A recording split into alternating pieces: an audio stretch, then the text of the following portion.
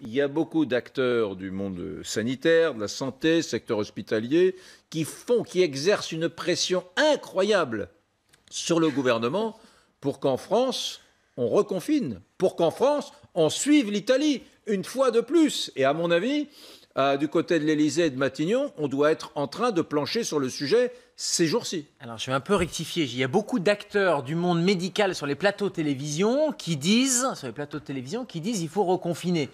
Les mêmes qui ont dit il y a 3 mois, il faut reconfiner. Les mêmes qui disent c'est catastrophique, etc. Ce sont des réanimateurs qui sont dans une situation très difficile. Donc, déjà, chapeau aux réanimateurs parce que depuis des mois, j'allais dire des années, ils sont dans une situation extrêmement difficile avec des services de réanimation qui sont saturés. Et actuellement, effectivement, il y a un problème sur les réanimations. Il y a plus de 1000 malades en Île-de-France. Mais ce problème, il est chronique, il est structurel, il est lié au manque de place. Et vous venez de dire à l'instant, il y a cet indicateur du taux d'incidence. Mais il ne veut rien dire, cet indicateur du taux d'incidence. Plus vous testez, plus vous trouvez. Donc plus vous allez avoir un taux d'incidence. Et on voit bien qu'en Italie, à 250, ils disent on reconfine. Nous, on est à 350 en Île-de-France, plus de 400 en Seine-Saint-Denis, plus de 450 dans le Val-de-Marne. Et on voit bien que les réanimations, effectivement, elles sont pleines, mais comme dans beaucoup d'endroits, y compris dans des endroits où l'incidence est largement en dessous.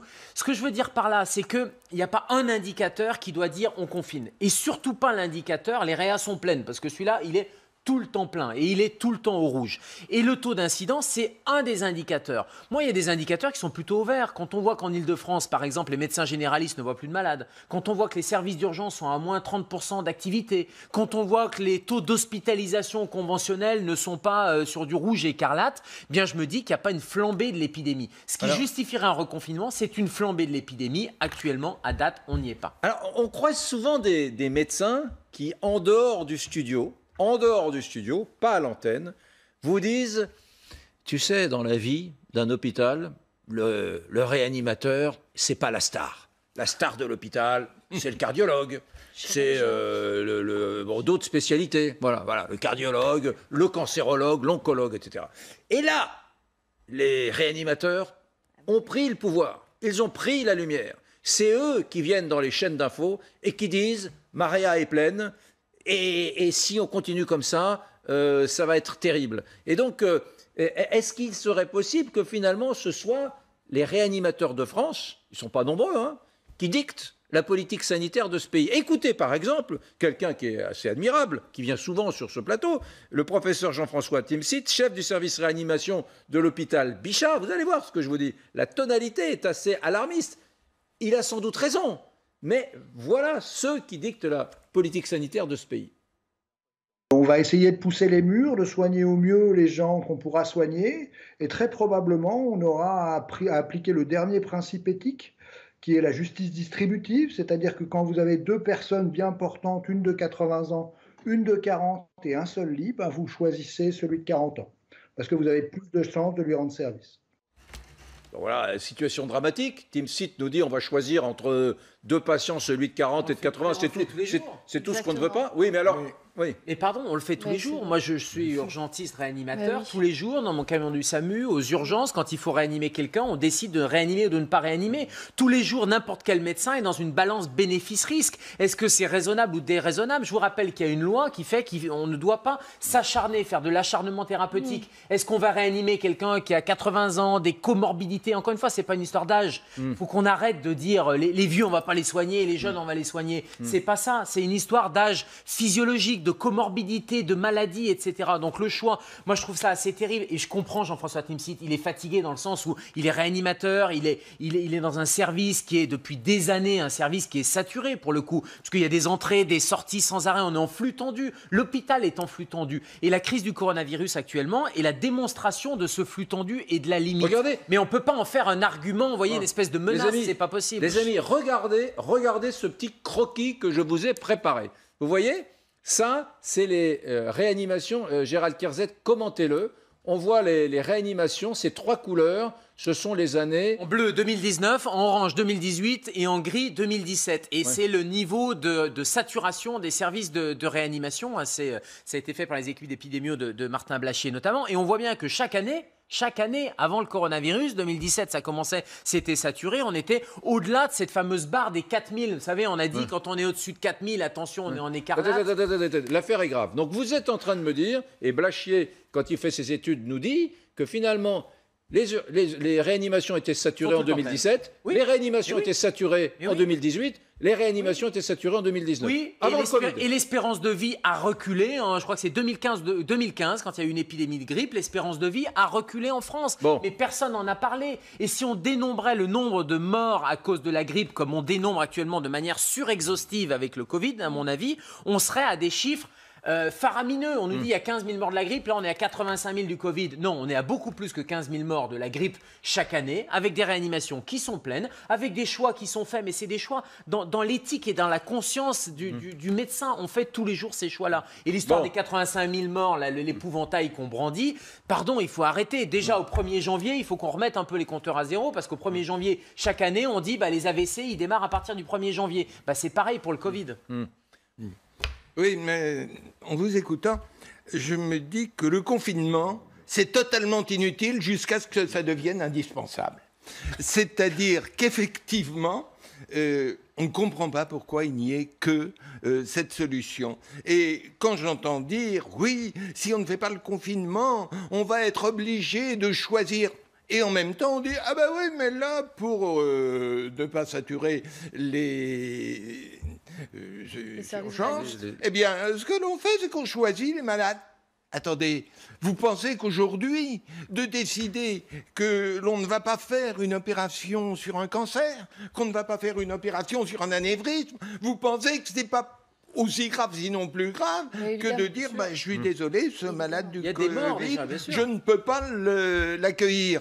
Donc on se fiche du monde en disant qu'on ne peut pas imaginer une médecine qui choisirait les malades qu'elle passe en priorité. Mais la médecine, elle le fait tous les jours, et c'est très exactement ce qu'on demande à la médecine de faire en lui disant, écoutez, réduisez les opérations qui ne sont pas Covid. Ça veut dire accepter les morts en dehors du Covid, non? Et qui sont réels et qui ne sont pas des projections sur des modélisations mathématiques de patients potentiels. Lydia Guéros, écoutez Dupont-Aignan, président de Debout la France, député de l'Essonne, il était sur LCI hier, il questionne la question des moyens quand même, si je puis dire. Écoutez-le. C'est une situation très curieuse que nous vivons parce qu'on est en mars 2021 et j'ai l'impression qu'on se retrouve en mars 2020. Et ce qui est proprement insupportable pour nos concitoyens, c'est qu'on n'ait pas tiré les leçons depuis 1 an de ce qui se passe. Et sur l'Île-de-France, que je connais bien, il est quand même extravagant de se dire que depuis 1 an, le gouvernement n'a réouvert aucun lit supplémentaire de réanimation.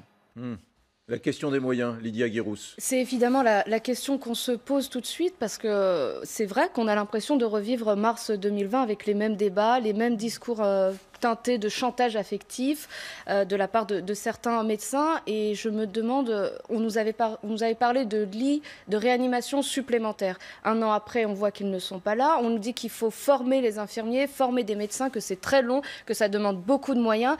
J'ai envie de demander à Gérald Kierzek, on a besoin de quoi pour avoir plus de lits de réanimation ou de pré-réanimation? Quelle formation pour les infirmiers? Est-ce que c'est si lourd que ça à mettre en place?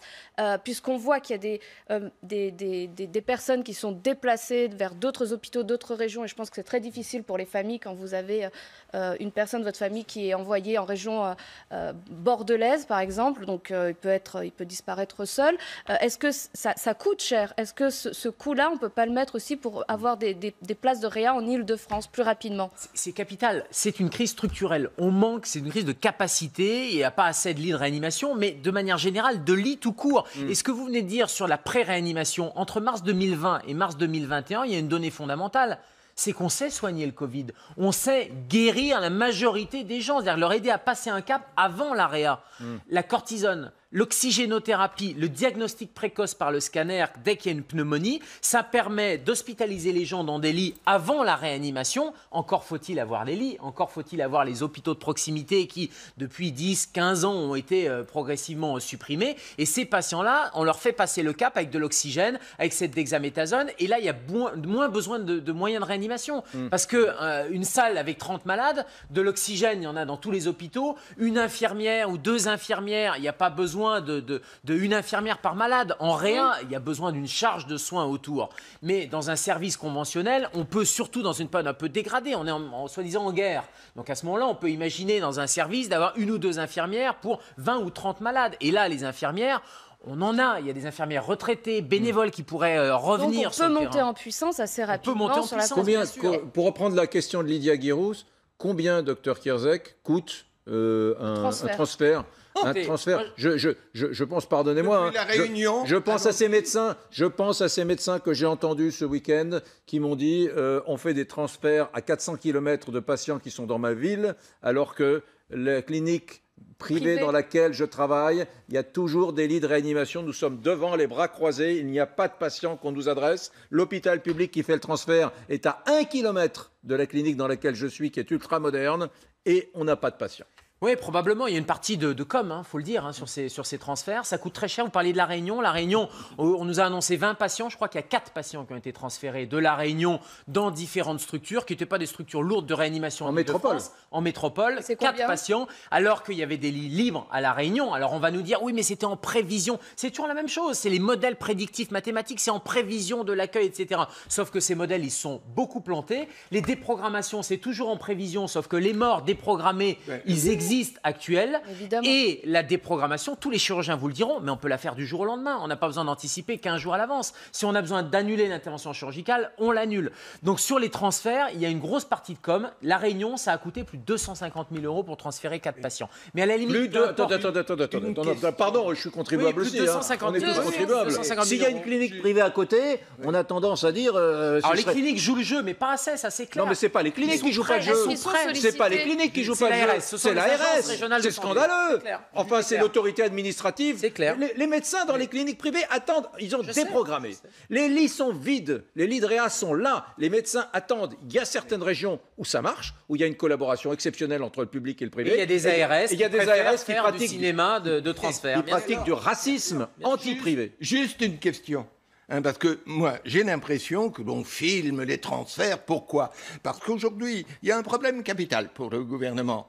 C'est de prouver aux Français qu'il aura tout fait pour éviter un confinement, et que le confinement, ou bien il n'arrive pas, c'est grâce au gouvernement qui nous l'a évité, ou bien il arrive, quand même, le gouvernement a très bien fait pour l'éviter. Mais je pose une question. Pourquoi transférer les malades, ce qui coûte un prix fou, depuis la région parisienne, disons, jusqu'aux régions de l'Ouest, au lieu de prendre des médecins, des infirmiers, des infirmières dans ces hôpitaux et de les faire venir? Ça coûte quand même moins cher d'avoir un médecin qui vient de Brest. Jean Verdier, il y a une réa qu'on pourrait ouvrir du jour au lendemain. Moi, je suis dans un hôpital, on peut ouvrir 100 lits du jour au lendemain. Pourquoi on le fait pas?